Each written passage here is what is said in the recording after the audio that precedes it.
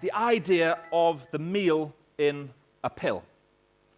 This first pops up, I think, in 1884 in a kind of feminist utopian novel by Anna Dodd. She sets her novel in the year 2050, a little bit further ahead, but more than 170 years after when she was writing. And she's imagining the kitchen of the future where pneumatic tubes known as culinary conduits would deliver bottles of pellets of food directly into the kitchenless apartments. And this would be kind of ideal, and she has one of her female characters say that when the last pie was made and the first pellet arrived, woman's true freedom began. That's on the literary end. You also find chemists in scientific meetings 1894 saying one day we'll all be eating just pills. Or the serious scientists too.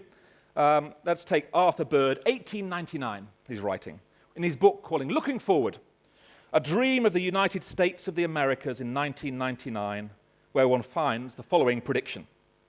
In order to save time, people in 1999 often dined on a pill, a small pellet which contained highly nutritious food.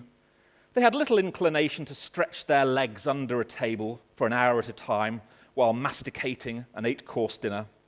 The busy man of 1999 took a soup pill or a concentrated meat pill for his noonday lunch. He dispatched these while working continuously at his desk. Those are the predictions about the future of food. They have not come true, and I think they will not come true, except in these kind of curated culinary artistic events. These are, in fact, perfect pizza in a pill, consisting of dehydrated tomatoes, fresh basil, Parmigiano, and sea salt, all wrapped in a vegetable capsule, served at the tactile dining car, a participatory dining and performance installation held at the Flashpoint Gallery, Washington, D.C. in 2011. People think this is the future, but it's not. And I think that underpins a more general point that I think anybody in the past who has predicted what the future of food and dining will be like has been wrong. You look back over that 100 years of prediction, and everyone's just kind of concerned about the current worries of the time, and they project the solution forward, and in fact, no one seems to have got right, made good predictions in the world of food. Hence, sitting here today, we should perhaps be equally skeptical of anyone who tries to say what the future of food will be like. But if it'll be about anything, it'll be about sensation. And I think that's what's missing in the perfect pill, the perfect pizza pill. You swallow it, but there's no sensation. And it's a sensation, visual, auditory, oral, somatosensory. It's a taste, it's the retronasal smell, all those sensory inputs coming together that really delivers the pleasure of the table. Both as they combined in the food on the plate, and as captured here by Ferran, who was sitting in the front row 6 years ago, cooking is probably the most multi-sensual art. I try to stimulate all the senses. And that idea of stimulating the senses through one's food also plays out in the mission statement of the Fat Duck restaurant, where you see before you get to find out what you're going to eat in the Fat Duck, we have the kind of the mission that eating is the only thing that we do that involves all the senses. I don't think that we realize just how much influence the senses actually have on the way that we process information from mouth to brain. Again, the key part of the flavor experience. It involves emotions and tastes and flavors and memories and so on and so forth. And I think it's by understanding how the brain processes emotions and memories and combines the senses that you can hope to deliver more multisensorily stimulating experiences, both in the food itself, but also through technology in the environments in which you eat. So this is a dish that came out in 2008, the Sound of the Seafood dish, that I talked about back then in 2009, that came out of a scientific collaboration between the chef Heston Blumenthal and his team and the lab in Oxford, where we gave 150 people oysters and played modern jazz, the sounds of the sea, or something else, and were able to demonstrate the impact that that oyster tasted differently when listening to a soundtrack like that. And in a way, you can think of this almost as kind of one of the first examples, to my limited knowledge, of sort of technology at the table. And so for me, I sort of think of it as maybe from 1984 to 2014, from the publication of Harold McGee's books. It's kind of We've had 3 decades of technology very much at the back of house in the kitchens, new machines, new technologies, new materials, new preparation techniques. And moving forward, I think it's going to be the next few decades will all be about technology at the front of house at the table of the diner. And it will start in the fancy Michelin-starred restaurants with the creative and daring chefs. But the best, I hope, of what comes from those restaurants and those collaborations between science, technology, and culinary arts will make their way to the corner restaurant, to the gastropub, and then to the home environment in the years to come. And I want to show the transition in this case from a once-in-a-lifetime meal where the 3-star chef brings the technology to your table through to the way that technology is now being taken out of nearly everyone's pocket. But as a kind of aside, I suppose I should mention here that maybe F.T. Marinetti, one of the futurists, or the leader of the futurist movement, might be turning in his grave, I'm not quite sure. Because if you go back to 1930, you'll find that Marinetti and his colleagues were already having diners eating frogs' legs while listening to the sounds of croaking frogs in their culinary dining events. So playing music and soundscapes while dining is not new. It goes back at least 80 years. But the futurists were kind of, discarded. Just a fart from the kitchen, wrote the Italian press. What was missing, I think, they had the inspiration, they had the ideas, they were passionate about multi-sensory, about creativity, but they did not have the technology at their disposal to make these multi-sensory experiences into a reality, and that is part of what has changed now. And perhaps part also that they were trying to create great tasting things without a real good chef in the house, and maybe you need the great tasting food to be there for the technology to do its best. So where does it go from the sound of the sea in 2008 forward? Well, if I look at the restaurant openings, at least the restaurant openings that are written about in the press, especially the British and North American press, then there's kind of been a shift over the last few years to restaurants that sell the experience, that sell the emotion, that sell the theatre and the storytelling. And if you're here in Ultraviolet in Shanghai, open 2011, we have Chef Paul Paré serving fish and chips, and of course he's got the sounds of the sea, but he's also got the projection, so he can project the British flag on the table, because we all think fish and chips are British. Turns out they're a Venetian invention, I think, but anyway, we thought they were British, and because he's trying to recreate that British atmosphere, we can project the rain on the window panes, because everyone knows it rains in England. Finish it off with a blast of the Beatles. And it's a whole multi-sensory experience. It's about the food, yes, but it's also about the everything else. And it's a multi-sensory experience in mouth, but also in the place in which you eat. And technology is facilitating this creativity. And if you're selling a meal at, £1,200 or $1,200 a head, it can no longer, I think, just be about the food. It has to be about the whole experience. And from there to Sublimotion in Ibiza, places that look quite similar, that are playing with the technology to deliver differentiated multi-sensory dining experiences, about which we saw a little earlier. When we sort of get to places like this, again, the same sort of slide that we saw in the previous presentation, Paco Roncero, and I see this, it's a restaurant, or is it a science lab? Are people coming here to be experimented on, or are they coming here to have the results of experimentation? There's a real kind of blurring of the boundaries, I think. When I look at this, I think, what brilliant experiments you could do there. And it's kind of mixing of science lab and restaurant and technology in the middle. But the sort of problem is I'd love to do experiments in places like this.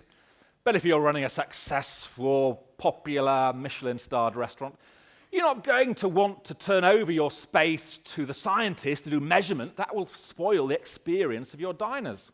Hence, the technology's here, the inspiration, the creativity, the realization is all here, but one needs the scientific evidence to really show how much of an impact having the room lights, blue or purple here, has on the taste of the food.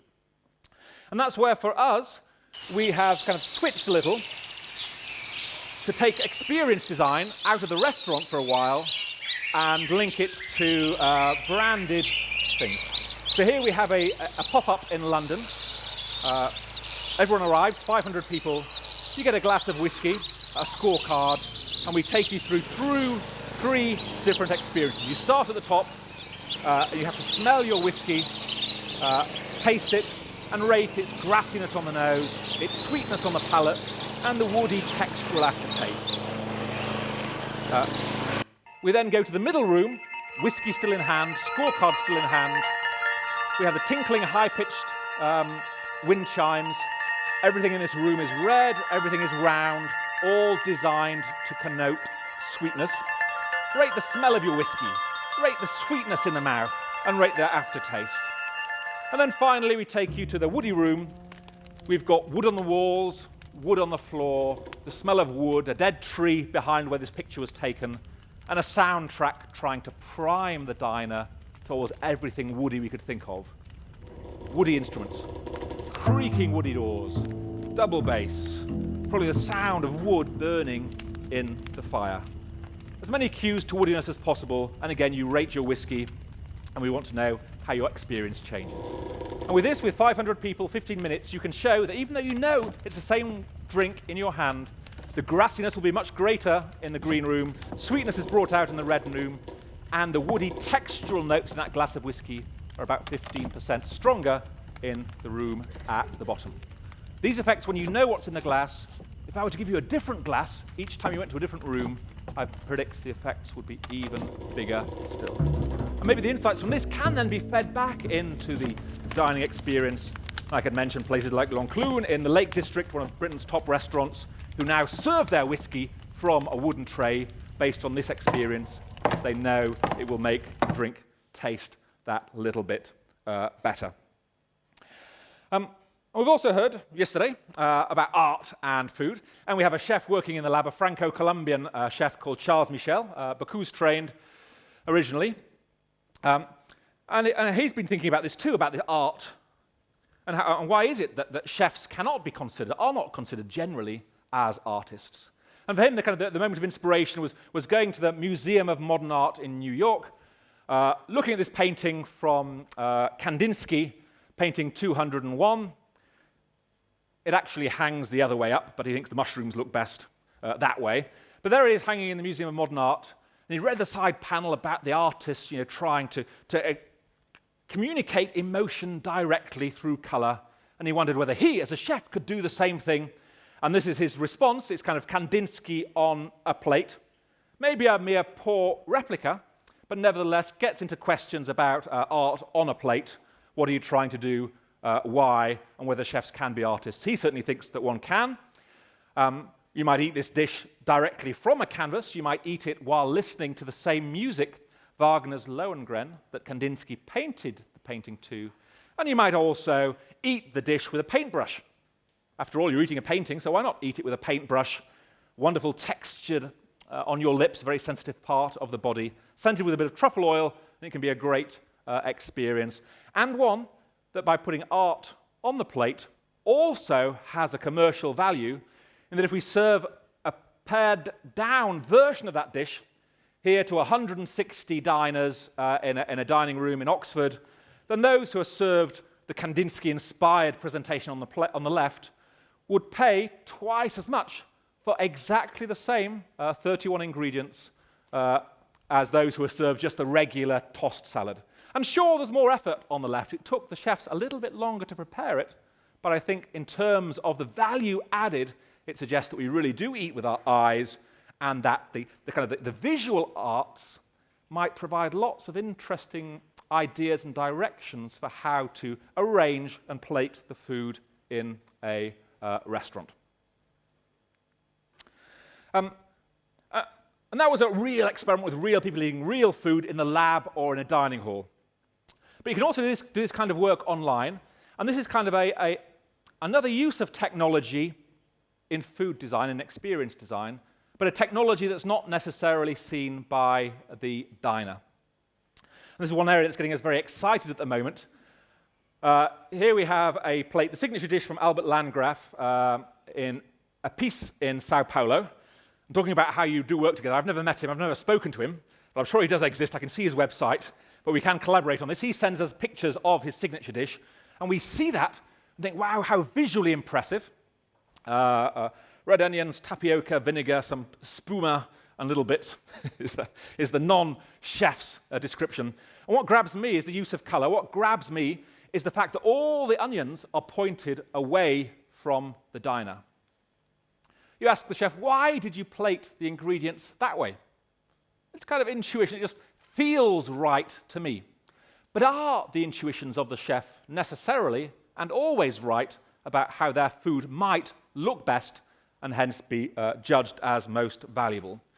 Well, we can take pictures of this dish, put them on the internet, and then post them around the world, and we can get hundreds of people looking at this chef's dish, and what they're able to do on their mobile devices or on their laptops at home is spin the plate of food into their preferred orientation. So the question is, if you were going to the restaurant and were served this dish, how would you like that dish to be served, to be plated, placed in front of you?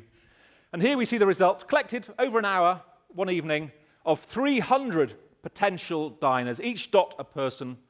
And we can see there's some individual variation, but people do care about how their food is plated. And the mean preferred direction is about 4.4 degrees just off to the right.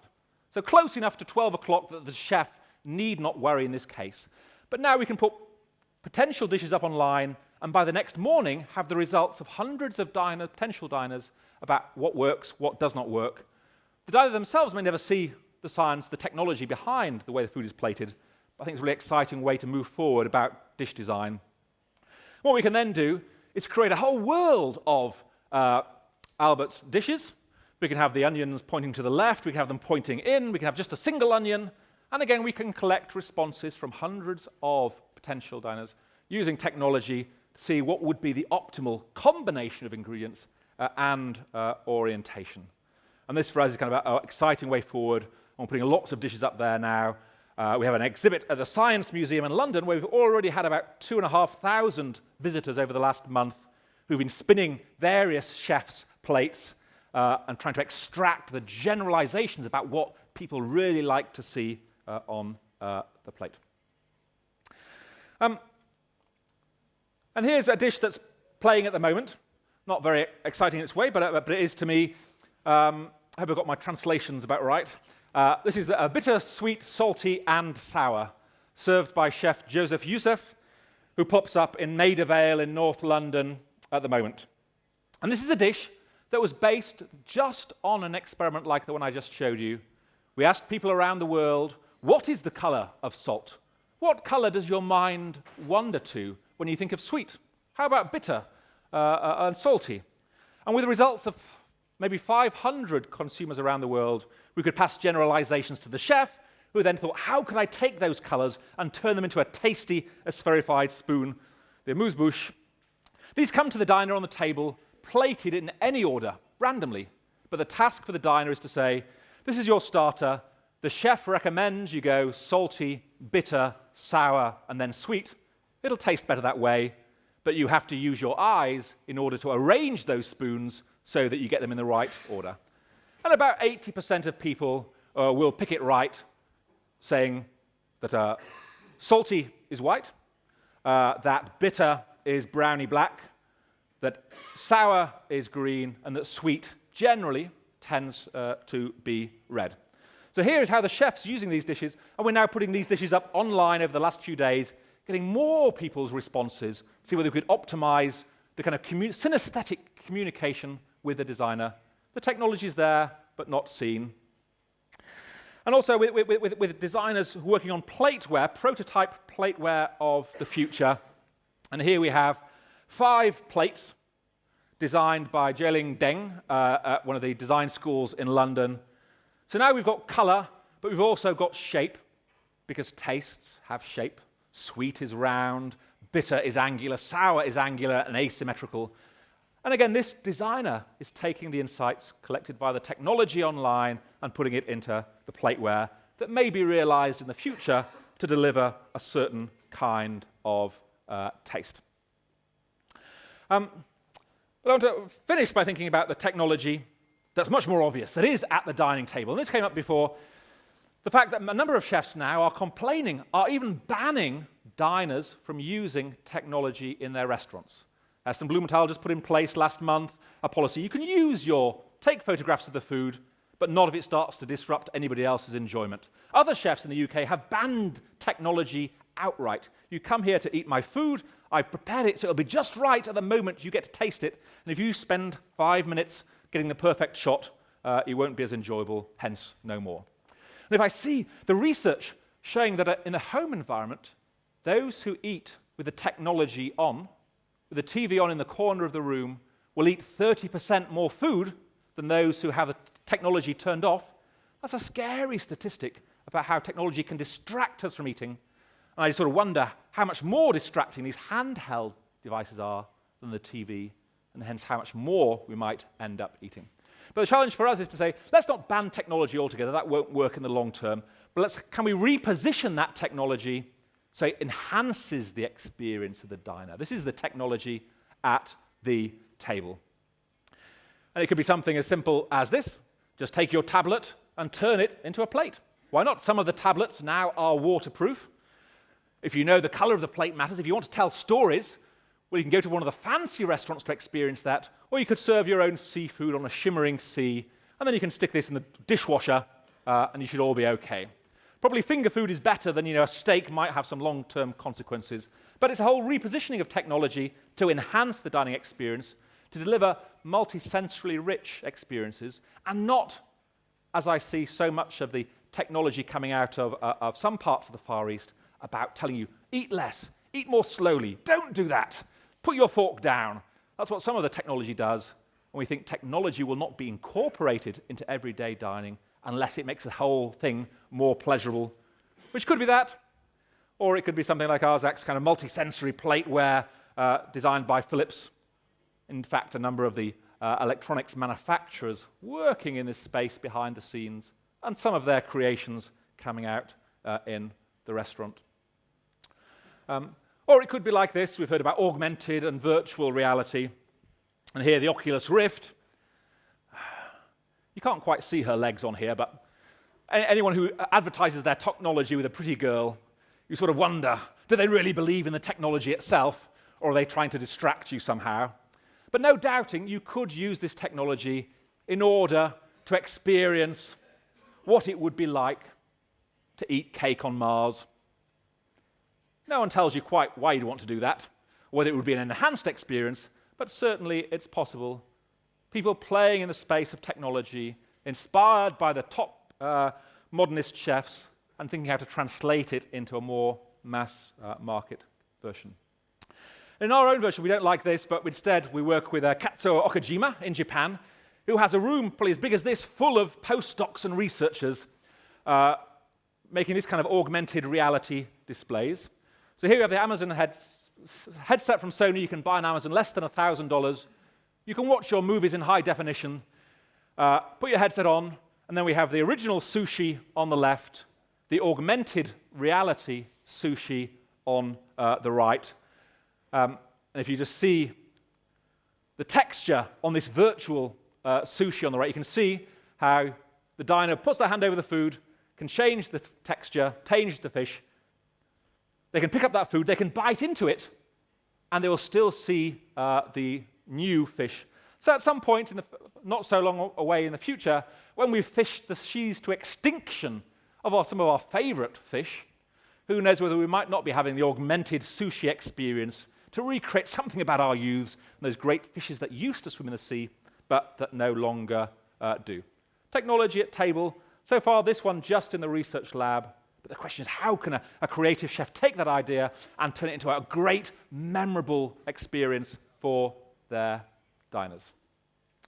And finally, I would come a little bit closer to home and think about the technology in all of our pockets. How can we use these sort of mobile devices? I don't have a mobile phone, but imagine this is the mobile phone. How can we take these devices to enhance dining? This is the technology we all have, technology that is brilliant. Here's one idea that was never allowed through in the end, the Evercrisp. You get your bag of crisps or your biscuits or your breakfast cereals.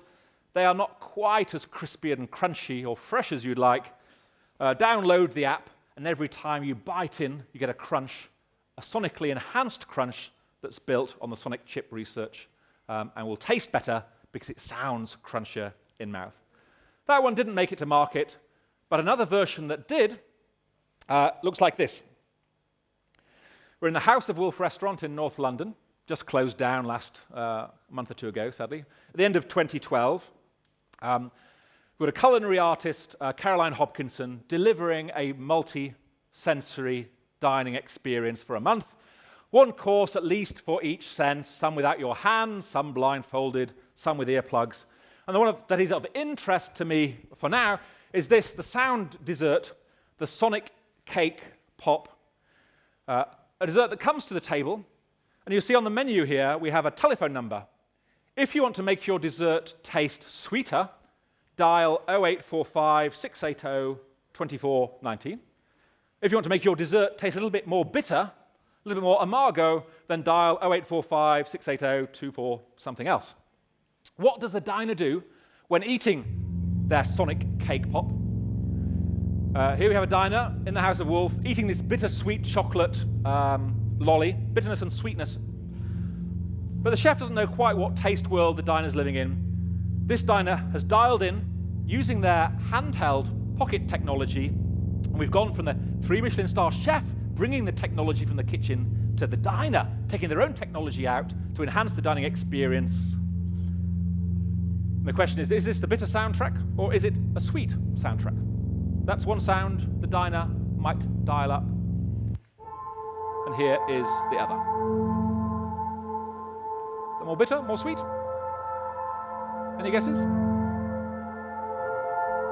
Sweet. Of course it's sweet. So about 900 out of 1,000 people will say that is a sweeter soundtrack. Tastes cannot literally have a sound. And you can measure in the lab the sound of sweetness, the synesthetic sound of bitter, of salty, of sour, of flavors of fruits.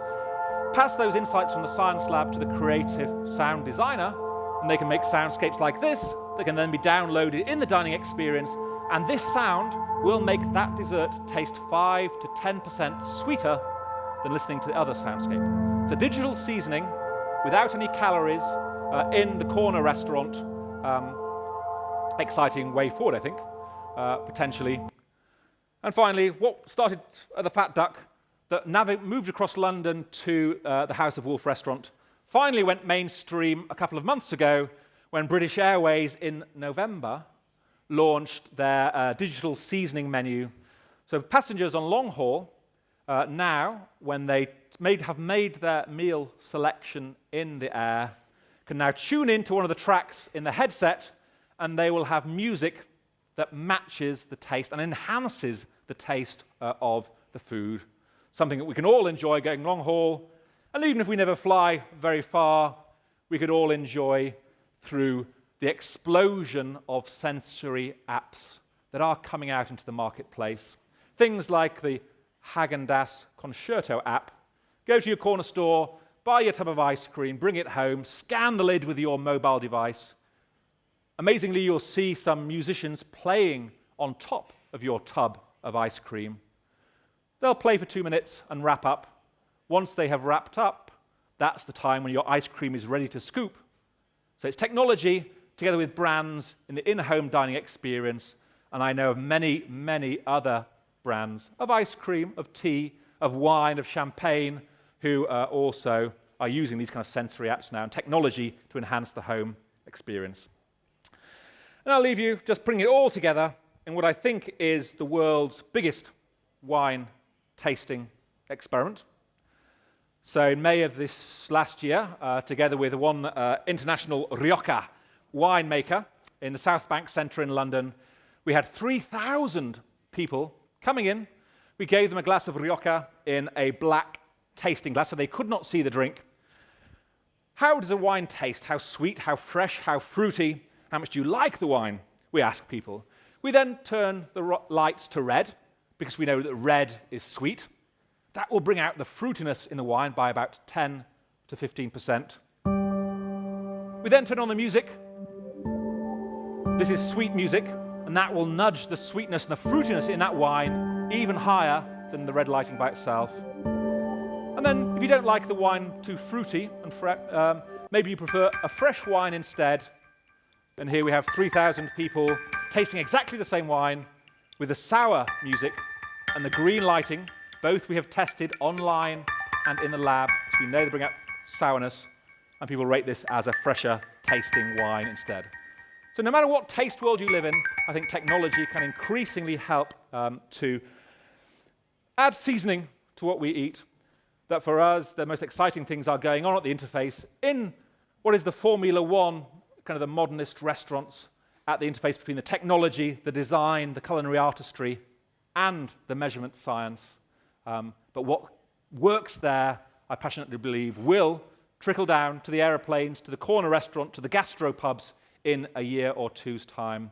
And that in contrast to all the dreams and hopes of the futurists back in 1930, who were getting their diners to rub things, who were playing the sounds of frogs, who were spraying perfume over the food, they did not have the technology that we have today. They did not have the technology we saw this morning, and that technology is kind of the glue and the facilitator to make all those kind of multi-sensory dreams and aspirations come true in the modernist restaurant and then at home and everywhere else. Thank you very much for your attention.